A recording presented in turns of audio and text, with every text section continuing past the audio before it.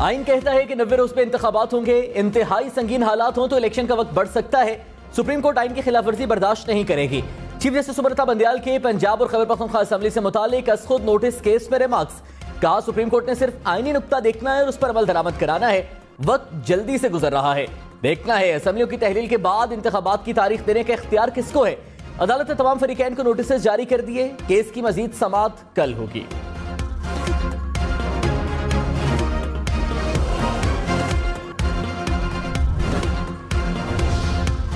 Justice Jamal बंदोखेल का असखुद notice लेने पर तहफ्फुजात का इजहार। कहा हमारे सामने 2 असेंबलियों के स्पीकर्स की दरखास्तें हैं। असखुद नोटिस जस्टिस एजाजुल एहसन और जस्टिस मज़ाहिर अली अकबर नकवी के नोट पर लिया गया। कुछ ऑडियो सामने आई हैं जिसमें आबिद जुबैरी कुछ जजेस के हवाले से बात कर रहे हैं। इन हालात में मेरी राय में ये केस असखुद नोटिस का नहीं बनता। अदालत ने कहा तहफ्फुजात को ऑर्डर में शामिल करते हैं। जस्टिस अजमल बोले ये एक आईनी सवाल है, इसको आइन के मुताबिक हल किया जाना चाहिए।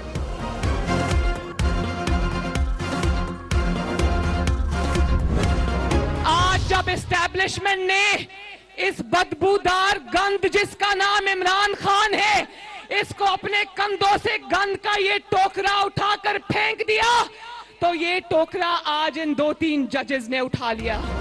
मरीम नवाज ने कहा इस्टेब्लिशमेंट ने इमरान खान को कंधे से उतार कर फेंक दिया। वो इस्टेब्लिशमेंट जो इमरान खान को कंधों पर लाई थी वो घर जा चुकी है। अदलिया में जो सहूलत कार ढूंढे वो तुम्हारे किसी काम के नहीं।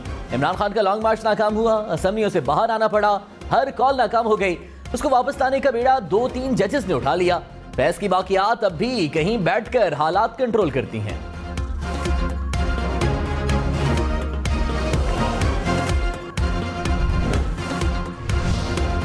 इमरान खान ने कहा नून लीग इलेक्शन से बचने के लिए अदलिया पर प्रेशर डाल रही है। ये चाहते हैं कि 90 रोज में इलेक्शंस ना हो। माजी में इन्होंने सुप्रीम कोर्ट पर डंडों से हमला किया। मरीम नवाज और शहबाज शरीफ अब भी अदलिया के खिलाफ बोल रहे हैं। इनको कभी भी आजाद अदलिया गवारा नहीं। जजेस को कहना चाहता हूं ये फैसला कुन वक्त है। आइन के मुताबिक असेंबली तहलील हो तो 90 दिन में इलेक्शंस होने चाहिए। कितना भी जहन इस्तेमाल कर लें कोई इसे बदल नहीं सकता। मुल्क को दलदल से निकालने का वाहिद हल नए इलेक्शन हैं।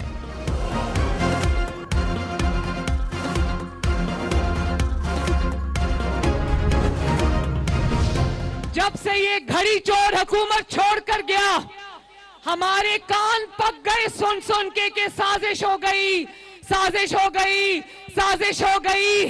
साजिश हुई थी वो असल में नवाज शरीफ के खिलाफ हुई थी। इनका सरगना जनरल रिटायर्ड फैज हमीद था, जिसने अपने आप को खुद ही पाकिस्तान का chief of army staff appoint कर लिया था। जनरल फैज हमीद ने कहा नवाज शरीफ अपने कद से बहुत बड़ा हो गया, उसको कट टू साइज करना पड़ेगा।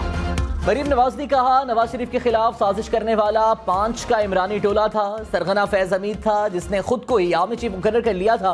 फैज हमीद को आर्मी चीफ बनने के लिए मोहरे की जरूरत थी। नवाज शरीफ मोहरा नहीं बना तो इमरान खान को उठा लिया।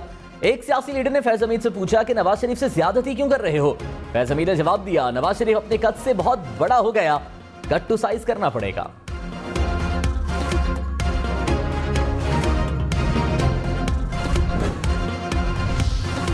जस्टिस मज़ाहिर अली अकबर नकवी के खिलाफ सुप्रीम जुडिशल काउंसिल में दरखास्त आए। दरखास्त में इस्तदा की गई कि जस्टिस मज़ाहिर नकवी के ऑडियो लीक जैसे मामलात की तहकीकात की जाएं। रेफरेंस एडवोकेट मियां दाऊद की जानिब से दायर किया गया। मियां दाऊद ने दावा किया कि जस्टिस मज़ाहिर नकवी की आमदन से जायद जायदादें हैं, इनके कुछ असासे हैं जो कभी रिकॉर्ड में नहीं लाए गए।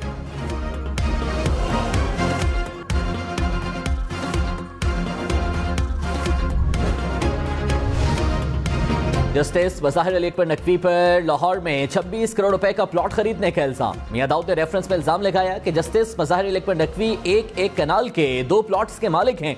रेफरेंस में इस्लामाबाद में 2900 स्क्वायर फीट, गुलबर्ग लाहौर में 2 कनाल 4 मरले का प्लॉट का भी तस्करा। कहा जस्टिस मज़ाहिर नकवी ने गुजरांवाला में 47 लाख का घर 6 करोड़ में बेचा।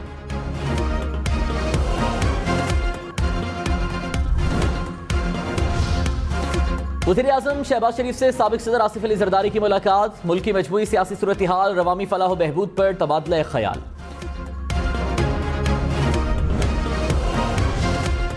पंजाब और खैबर पख्तूनख्वा असेंबली आइन के तहत तहलील हुई या नहीं, सुप्रीम कोर्ट ने सवालात उठा दिए।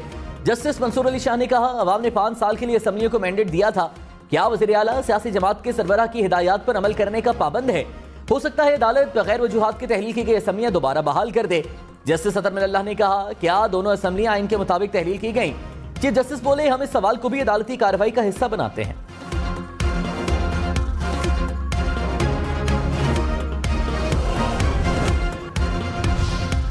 सुप्रीम कोर्ट का खुद नोटिस, वजीर आजम शहबाज शरीफ की ज़ेर सदारत इजलास। वजीर आजम ने रहनुमाओं को सदर के खत पर एतमाद में लिया। कहा, सदर ममलिकत गैर आईनी इकदाम से गुरेज करें। सदर आरिफ अलवी का इलेक्शन कमीशन को इंतखाबात से मुतालिक लिखा गया खत गैर आईनी है।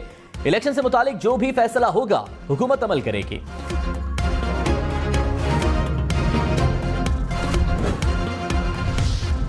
तहरीक इंसाफ की जेल भरो तहरीक का दूसरा रोज। सेंट्रल जेल पेशावर के बाहर पीटीआई का एहतजाज। कारकुनों की जंगलें तोड़ने की कोशिश। पीटीआई रहनुमा जेल की दीवारों पर चढ़ गए। पुलिस और कारकुनों में हाथापाई। परवेज खटक की कयादत में सेंट्रल जेल के सामने धरना दिए रखा। गिरफ्तारियां न होने पर पीटीआई रहनुमा और कारकुन वापस चले गए।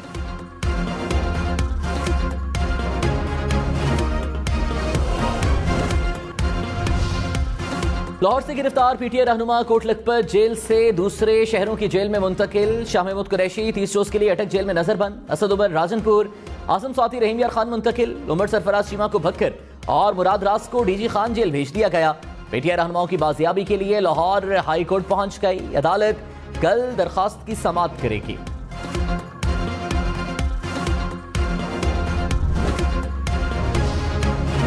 मरीम नवाज ने कहा, इमरान खान 5 माह से टांग पर प्लास्टर लगाकर बैठा हुआ है। हर रोज अदालत बुलाती है, ये पेश नहीं होते।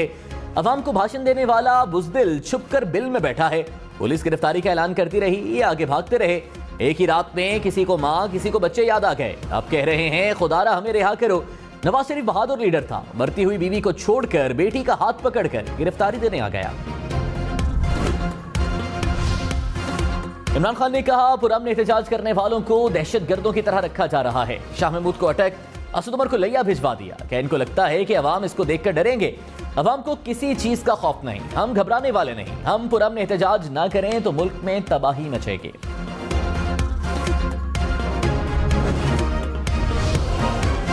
सानिया बारखान में नया ड्रामाई मोड़। मगवी खातून, उसकी बेटी और बेटे कोहलू से बाजियाब। कुएं से मिलने वाली लाश किसकी? मामला उलझ गया। पोस्टमार्टम रिपोर्ट के मुताबिक लाश 17 साल लड़की की है, जिसको ज्यादती के बाद कत्ल किया गया। वाकये के खिलाफ कोयटा में तीसरे रोज भी धरना। सूबाई वजीर अब्दुल रहमान खेतरान 10 रोजा रिमांड पर पुलिस के हवाले। कोयटा पुलिस ने अब्दुल रहमान खेतरान को कल गिरफ्तार किया था। कोयटा की मकामी अदालत ने रिमांड दिया। मरीम नवाज ने कहा, इमरान खान और पुलिस कान खोल कर सुन लें, अब पीटीआई की हुकूमत नहीं आएगी। आने वाला वक्त मुस्लिम लीग नून का है। पेट्रोल, घी, आलू, प्याज महंगे होने के जिम्मेदार इमरान खान हैं। इमरान खान कहते हैं, महंगाई का जिम्मेदार शहबाज शरीफ है। कुछ तो खुदा का खौफ करो, एक बार सच बोल कर देखो।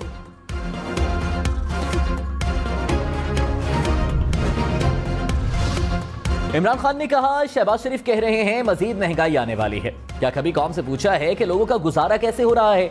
साजिश करके चोरों का टोला ऊपर बिठाया। 30 साल में इन्होंने अरबों रुपए चोरी करके बाहर भिजवाए। अवाम का आज खर्चा नहीं पूरा हो रहा, लोगों की घरों में लड़ाइयां हो रही हैं। केसेस माफ कराने वालों को कौम को कुर्बानी का कहते शर्म आनी चाहिए।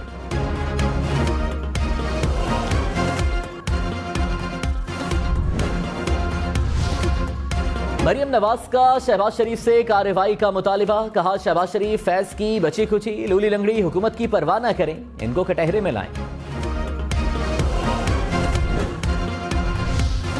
इमरान खान ने कहा, मरियम नवाज प्रोटोकॉल के साथ जगह जगह फिरती रही हैं।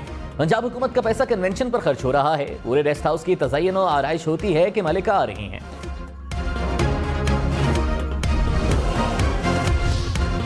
लगता है नैब कानून से सबको फायदा पहुंचाया गया। चीफ जस्टिस सुब्रता बंदयाल के नैब तरामीम से मुतालिक केस में रिमार्क्स।